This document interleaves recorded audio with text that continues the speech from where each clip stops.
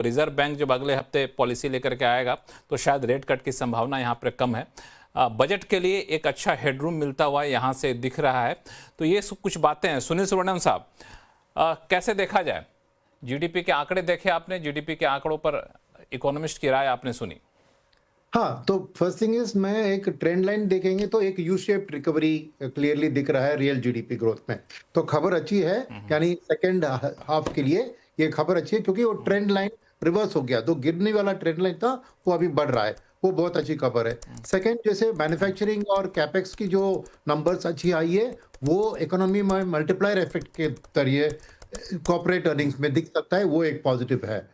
इसमें एक नेगेटिव है, वो है nominal GDP, because 8.7 nominal GDP से आप कॉर्पोरेट अर्निंग्स को भी फिर 9-10 के आसपास ही देख सकते हो, बिकॉज अल्टीमेटली कॉर्पोरेट्स की अर्निंग्स नॉमिनल जीडीपी से जुड़ी होती है। तो मेरा मानना है कि ये नॉमिनल जीडीपी का कम होना is not good news for my EPS growth expectation perspective. तो थोड़ा बहुत इन्फ्लेशन को बढ़ना चाहिए, तभी कॉर्पोरेट के कैपेक्स के ऊपर इसका असर पड़ता है। बिकॉज अगर इन्फ्लेशन इतनी लो है, उनकी प्रोडक्ट की प्राइसेस भी बढ़ने की उतनी गुंजाइश नहीं होगी, तो फ्रेश कैपेक्स में इन्वेस्टमेंट का जो एक रीजन होगा वो कम होता जाएगा। मगर मैं थोड़ी और रेट कट के बारे में मैं मानता हूं कि ये लो इन्फ्लेशन बहुत सपोर्ट देती है रेट कट के लिए, क्योंकि आरबीआई गवर्नर की स्पीच देखिए 2 दिन पहले उन्होंने कहा कि रेट कट के लिए माहौल ठीक है, अब कमिटी के हाथ में है। तो उन्होंने कह दिया कि सब ठीक है। और इसका कारण क्या है पता तो मैं, कारण यह है कि रियल इंटरेस्ट रेट्स इंडिया में बहुत हाई है। अगर आप इंटरेस्ट रेट को ले और इन्फ्लेशन को कटो तो इसमें रियल रेट ले, ये रियल रेट सस्टेनेबल नहीं है एक कॉर्पोरेट सेक्टर की ग्रोथ के लिए। तो एक रेट कट उसी हिसाब से बनता है। और फिर ट्रेड डील की उम्मीद अगर आ रही है, तो इतने दिन से आरबीआई ने रुपये को सपोर्ट नहीं किया क्योंकि डिफेंसिव वेपन था आपको डिप्रिसिएशन अगेंस्ट टैरिफ। अब अगर ट्रेड डील होने की गुंजाइश है तो फिर उसके कारण ये जो डिफरेंस इन इंटरेस्ट रेट आज 2.5% पे है यूएस टेनियर और इंडियन टेनियर में, तो अगर फेड रेट कट करती है तो प्रेशर बढ़ता नॉर्मल चीज में। मगर अब आरबीआई की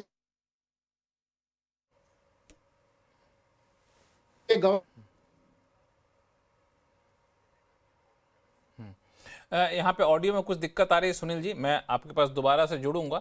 लेकिन ऐसे में एक सवाल, इस पे मैं डिटेल में आऊंगा, आरबीआई के रेट कट को लेके, रूपी को लेकर के, इंटरेस्ट रेट क्या है, इस पे आगे चर्चा करेंगे। लेकिन एक सवाल, जो सबसे पहला सवाल सबके मन में उठ रहा है कि इस जीडीपी के आंकड़े पर बाजार क्या रिएक्ट करेगा, कैसे रिएक्ट करेगा? अभिषेक अग्रवाल साहब।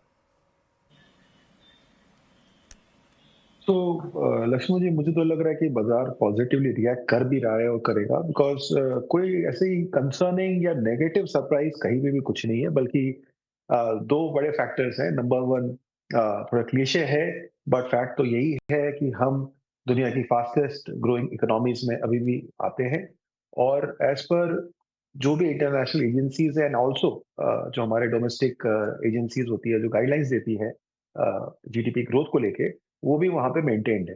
सो मुझे वहां पे कहीं कंसर्न नहीं लग रहा। रही बात इन्फ्लेशन की, जो हम टच अपॉन कर रहे थे, देखिए इन्फ्लेशनरी प्रेशर एक डेवलपिंग कंट्री में और जो हाई ग्रोथ जहां पे भी ऐसे पाई जाती है वहां होता है। But I can tell you that currently वो इशू फिलहाल इंडिया में मुझे तो पर्टिकुलरली अभी होता हुआ नहीं दिख रहा है। बहुत ही अच्छी तरीके से ये सप्लाई डिमांड की बैलेंसिंग होने की वजह से इन्फ्लेशन अभी तक उस रेट पे नहीं गया है जहां पे हम इस श्योरिटी के साथ बात कर सके कि रेट कट हो ही नहीं सकता। सो मैं तो बल्कि ऑन द कॉन्ट्ररी थोड़ा डिफरेंट व्यू रखता हूँ। मुझे तो लगता है कि शायद रेट कट आना चाहिए एंड वो इन लाइन ही होगा जो हम ऑलरेडी यूएस के अंदर में देख रहे हैं, सिमिलर थॉट प्रोसेस।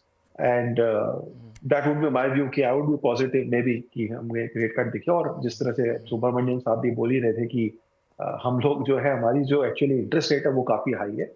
एंड ये जो डॉलर का भी जो एक मैकेनिज्म चल रहा है जहां पे हम वीकेंड होते गए, तो वो भी एक फैक्टर है जहां पे मुझे लग रहा है कि it will play psychologically a scenario for RBI to consider this.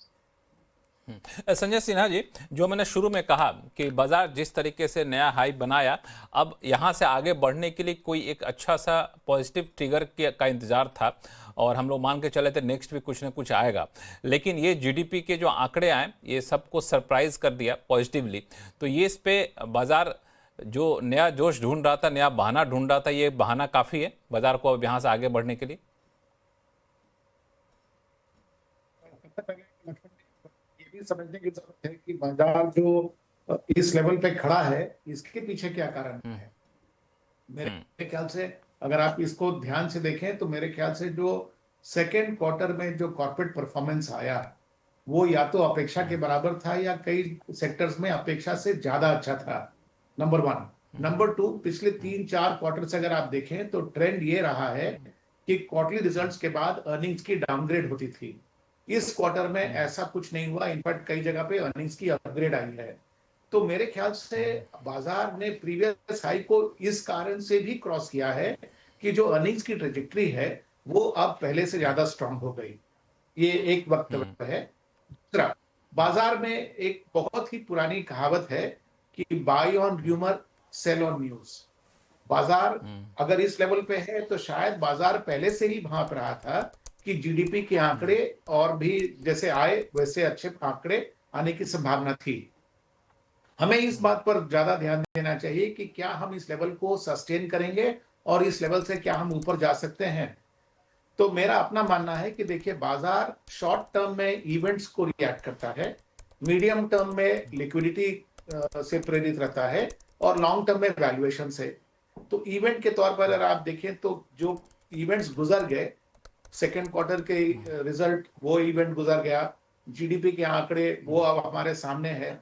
लेकिन मेरे ख्याल से 3 इवेंट और भी हैं जो अपने आगे हैं और उनका प्रभाव जो है वो बाजार पे पड़ सकता है शॉर्ट टर्म में। पहला इवेंट तो जैसे हम लोग चर्चा कर रहे हैं, यूएस के साथ जो हमारी टैरिफ की ट्रीटी होगी, बाजार ये मान के चल रहा है कि हम 25% के आसपास के रेट पे सेटल करेंगे। अगर मान लीजिए ये रेट 25% से नीचे होता है तो बाजार के लिए ये एक और बुलिश सेंटिमेंट और सिग्नल हो सकता है।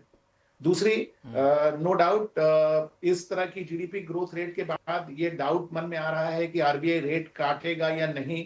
लेकिन जैसा सुनील कह रहे थे कि जो रियल इंटरेस्ट रेट है वो काफी ज्यादा है और आरबीआई ने जीडीपी के आंकड़े आने के पहले भी इंडिकेट किया है कि वो उनका अप्रोच अब इंटरेस्ट रेट के प्रति सॉफ्ट है। तो यानी कि अगर आरबीआई रेट इस पॉलिसी में नहीं काटता है और अगले पॉलिसी में काटता है तो एक सेकेंड इवेंट है जो बाजार के लिए पॉजिटिव है। और तीसरा इक्वली महत्वपूर्ण और बड़ा इवेंट जो है वो है बजट का, जो कि अब सिर्फ 2 महीने दूर है।